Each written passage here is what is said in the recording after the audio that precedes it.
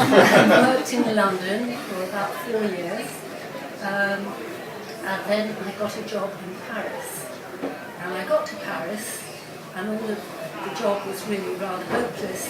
I felt this giant weight lift off me, and it was because I wasn't with Halas or Batchelor anymore.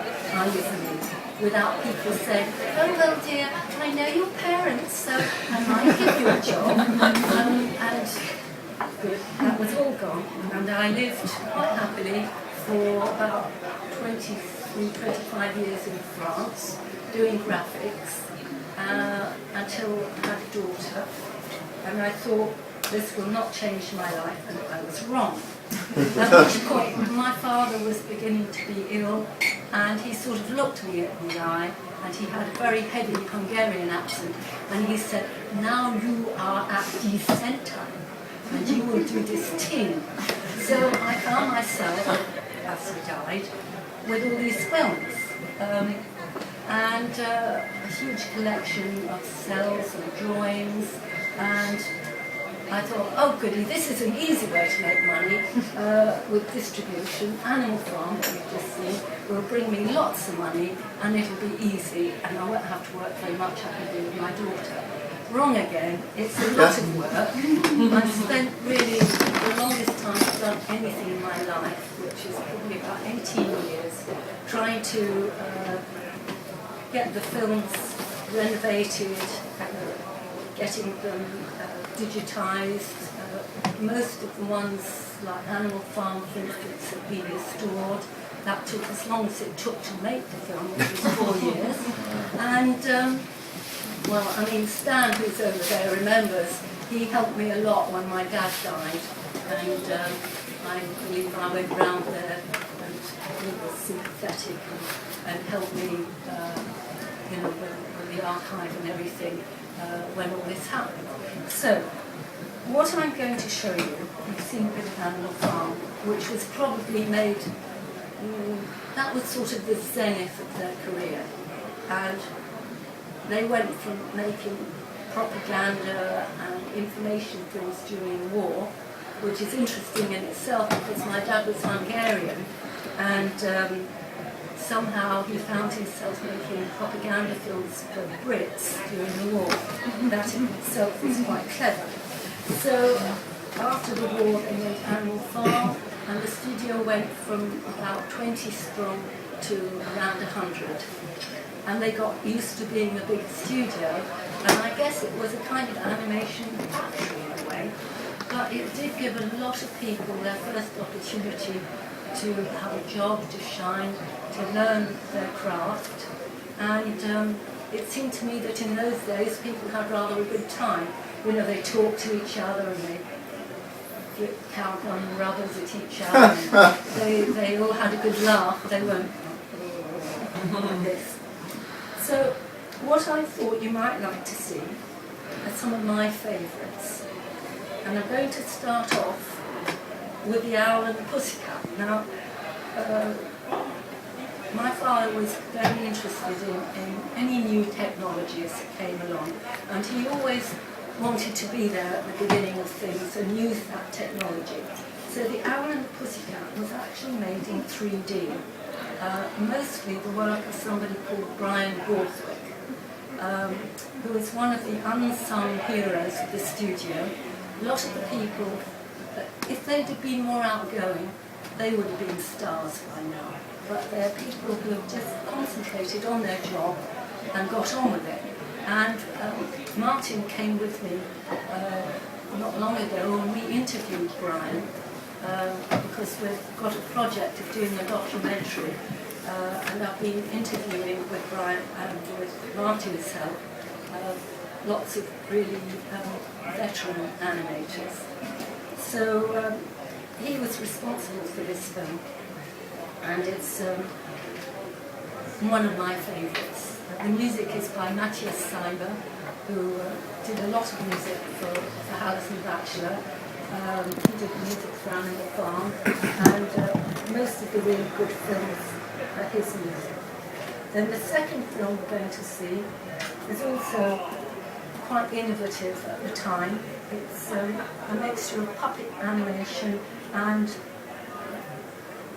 a lot of it is kind of shooting through various layers of cells.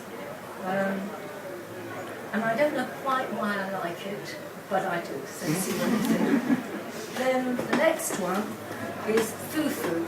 The other really good animator at Halas and Batchelor was Harold Whittaker, another person who would be up there with Chuck Jones if he didn't always talk like this and stay in his corner. We've also interviewed him, and by shooting from underneath, we managed to get him talking because his head was always down, and you really have to persevere and get underneath. But when he talks about his work, he comes alive. And so this is one of a series of what was called Foo Foo. Foo Foo's a little Chaplin-esque character, and it was made in the early 60s for early TV entertainment films, right at the beginning of commercial TV. Halas and Batchelor made a lot of little satirical films. And the interesting thing about this is that Harold developed a technique of drawing straight onto the cell with Chinograph. So it's just his animation straight onto the cells. And then the last one I was going to show you is Butterfly Ball. Now this is really Lee Mishkin's film, but my dad was a great one for gathering in talent, and somehow this is a Halas and Batchelor film. It's a kind of psychedelic, I don't know if anyone, some of you will remember Alan Aldridge, who was a really popular illustrator of the times with psychedelic, very complicated illustrations. To me it's interesting because nobody's ever heard of him anymore.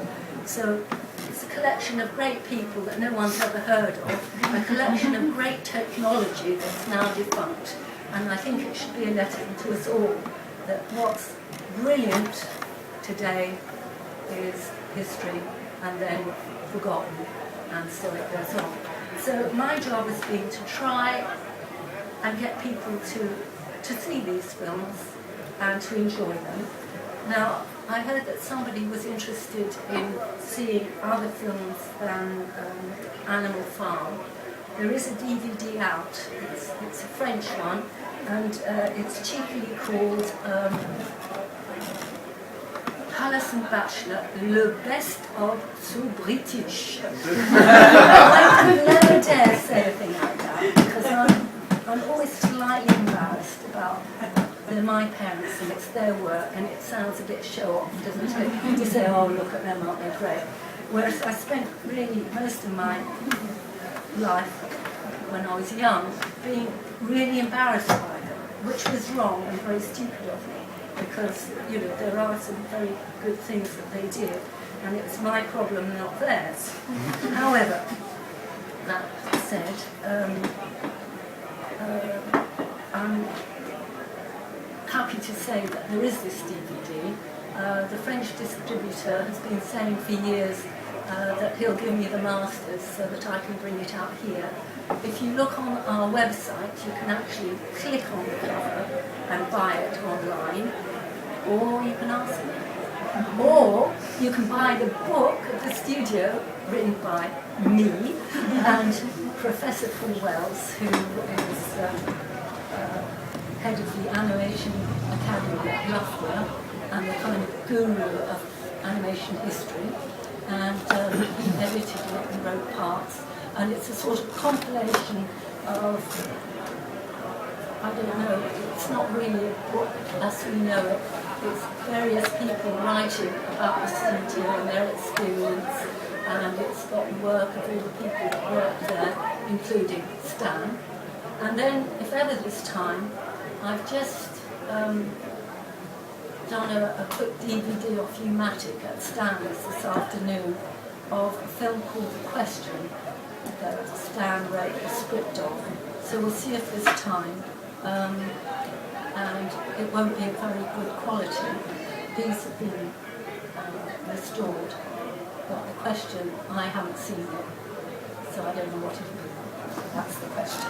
So thank you, and walk amongst yourselves and watch the films.